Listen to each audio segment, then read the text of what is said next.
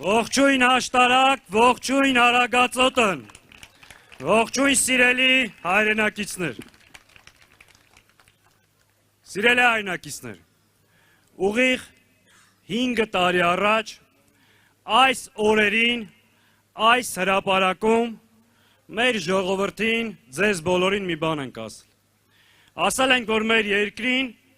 մահ, ողբերգություն, դժբախտություն բերած իշխանությունը չպետք է վերարտադրվի։ Եթե վերարտադրվի,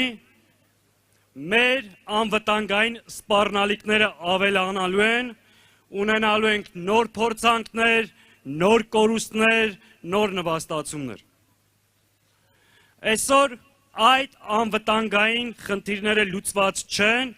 առկա են եւ այսօր նայելով ձեզ ասում ենք. Ժորժ ջան, այսքան փորձություններից հետո Հայաստանի իշխանության ղեկին հայտնված այս ոհմակը պատրաստում է երկիրը տանելու նոր արկածախնդրության։ Անվտանգային փորձությունների, դժբախտությունների մեջով անցկացնելուց հետո այդ խնդիրները դեռ չլուծված, հիմա էլ երկիրը պատրաստում է տանել նոր տնտեսական, սոցիալական ծանր փորձությունների։ Ամեն ինչ ակնհայտ է։ Այս իշխանության մնալու պարագայում նման վարվող արտաքին քաղաքականության պայմաններում Հայաստանը դուրս է դրվելու ԵԱՏՄ-ից։ Դրա մասին շատ հստակ երեք ԵԱՏՄ երկրները հայտարարություն արեցին։ Սա հղի է ծանր հետևանքներով եւ սրա գինը վճարելու է մեր ժողովուրդը։ Սա չափազանցություն չի։ Սա փաստ է, որը տեղի է ունենալու։ Պարզ մեր ժողովրդին ասում ենք, Ժորժ ջան, այս մարդը անընդհատ փորձանքներ է բերել մեր երկրի ժողովրդի գլխին, հիմա պատրաստում է երկիրը տանելու նոր,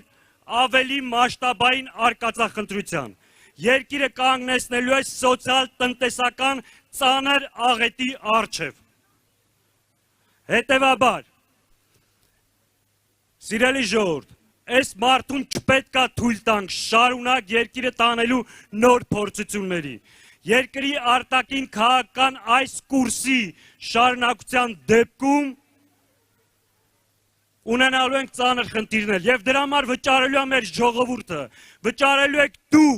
դուք եք այդ զրկանքները կրելու, այլ ոչ թե այս խմբակը։ Սրա արդյունքում 2-ից 3 անգամ ավելի բարձր գազի գին եք վճարելու։ Գյուղատնտեսական ապրանքները այլևս չեն կարողանալու իրացնել։ Փակվելու են այդ շուկաները մեր առջև։ Հանուն ինչի, հանուն սրա վարած անկայուն խեղկատակ քաղաքականության։ Ժորժ ջան, ինքը իրականում երկիրը կանգնացրել է իր վարած արտաքին քաղաքականության արդյունքում հետևյալ խնդրի առջև։ Գնացել է Մոսկվա մի բան ասե, Բրյուսելում մեկ այլ բան, Վաշինգտոնում մի ուրիշ բան, Անկարայի եւ Բաքվի հետ լրիվ ուրիշ բան է բանակցը։ Արդյունքում եկել է պահը, որ յուրաքանչյուրը պահանջում է իրեն տրված խոստումի կատարումը։ Արդյունքում Նիկոլ Փաշինյանը ստացել է աշխարհաքաղաքական ճողվածք եւ երկիրը կանգնացրել ծանր մարտահրավերի առջև։ Այս խնդիրը կարա լուծվի, եթե հունիսի 7-ին դուք սրան մերժեք եւ միասին կարողանանք վռնդել։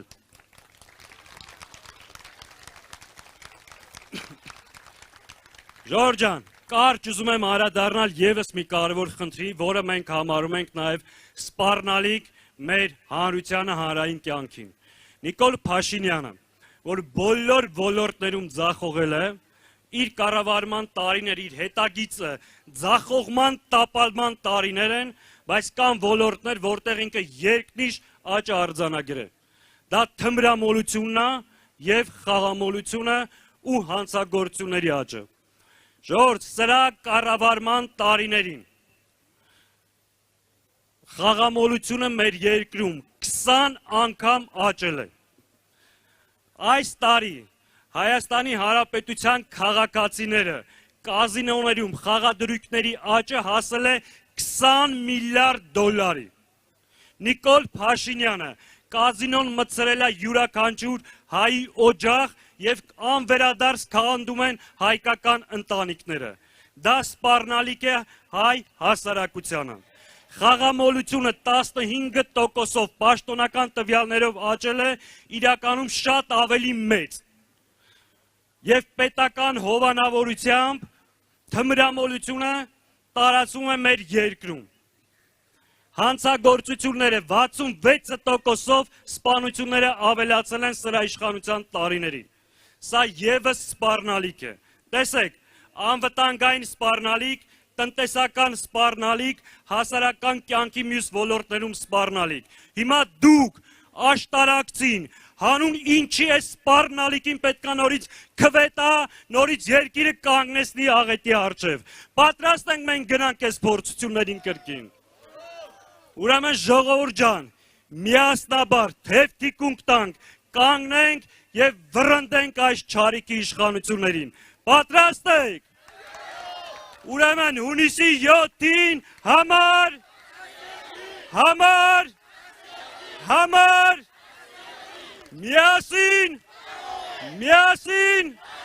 միասին